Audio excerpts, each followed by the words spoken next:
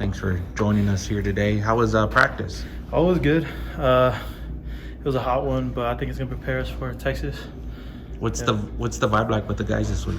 Of course, coming out of that overtime win, everybody's happy. Sorry, I just walked upstairs.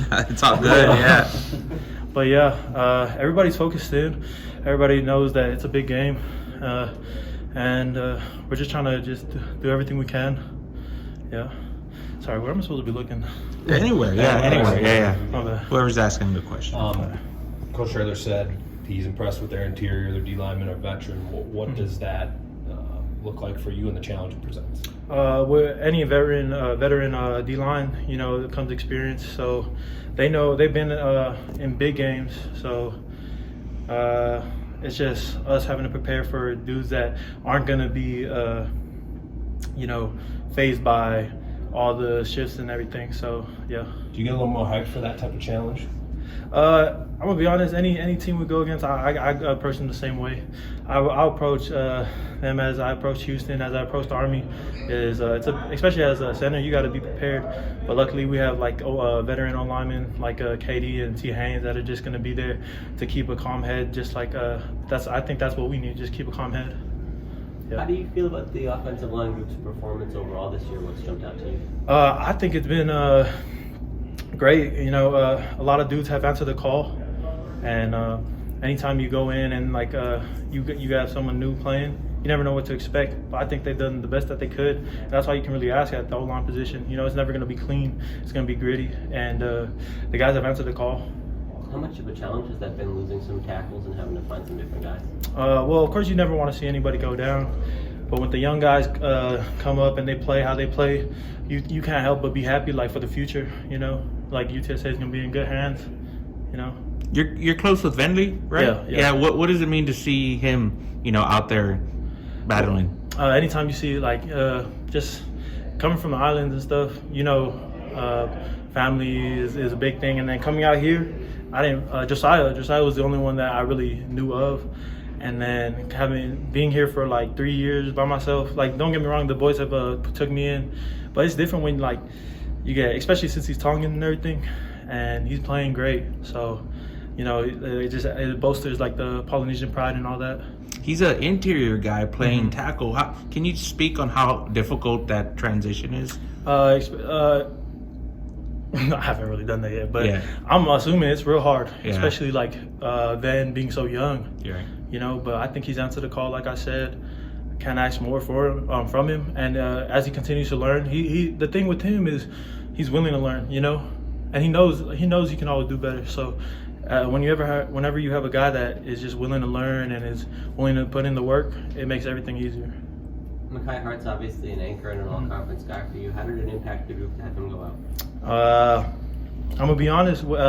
At first, it was real bad, especially when you see someone that puts in that much work and have it happen like that. But then he stepped up in a new role. He's not gonna be there physically, and he's never been a real vocal guy. But he knows that had to switch, so he's turned into a vocal leader, someone that's there to support the tackles, and he's there teaching. And then he's also there for the veteran guys, trying to keep us up, trying to motivate us. So it's good to see that side of him, and it's gonna just make him a better player overall. One of the guys who stepped into that role, Frankie Martinez, is a walk-on for you. What's been your impression of how he kind of stepped up to that challenge? Well, I've known Frankie for a while, so I saw everything he had to battle through, and I tell him all the time, what you're doing, I don't know if I could really do that, being a walk-on, having to just answer the call like that. I'm over here thinking he's someone we really got to look at, as in someone to motivate us. Any day we have a bad day, I look at Frankie, I'm saying I'm sure he's going through worse, and he's doing it for free, So guys like that, it's great. It's a great team builder, and I'm just happy that he fought, what I'm saying, and that's all you can really ask at the end of the day.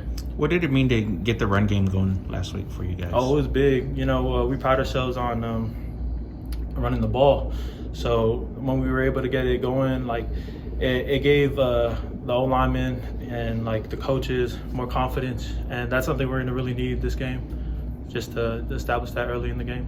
You talk about snap counts and crowd noise all the time, but for you, making line calls, is there a way you prepare or adjust what you have to do with 105,000 people? Really, it all happens in practice. Coaches try to prepare us by putting as much stress as they can on us. They have the O-line yelling. They have the speakers as loud as they could, and just that pressure. By the time we come to of course you can't mimic 105,000 people, but for the facility that we have, it's great. You know what I'm saying? Especially when we go out there and prove ourselves. Do you do anything to save your voice or make sure you're ready to go on a Saturday night? I mean, I don't know if you can tell, but I don't really talk a lot. So, I mean, I guess that saves my voice off the field. You're an experienced guy in the interior. Is there things you can do as you're kind of directing the line that helps make life easier for some inexperienced tackles, or are there ways you adjust for that personally? I don't even want to take credit on this. For the tackles, the new tackles, it's all been the guards. Terrell Haynes, I'm telling you, that guy could play center too if he really wanted to. He knows the whole offense. Of course, KD he used to play center, so he knows the offense. And then just them being veterans and being those calm minds for the tackles, I think that helps a lot. I'm just in there. I have my experienced guards, so it hasn't been as much of a challenge for me to help them. It's more for the guards, and I think they've stepped up to that. You had Luke Lopez get some snaps this week as well. Is that a guy that you help out with when he's in there next to you? That's the thing. I mean, Luke.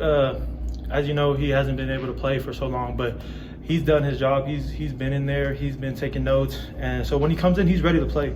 It's just he just needs me to be like the confident leader, so that he doesn't he's already coming in new. So, but I will say he plays hard, especially with the injuries he's had. That's one thing everybody talks about. He plays like he's never been hurt, and that dude goes hard, you know. And you can't ask more for like inexperienced guys.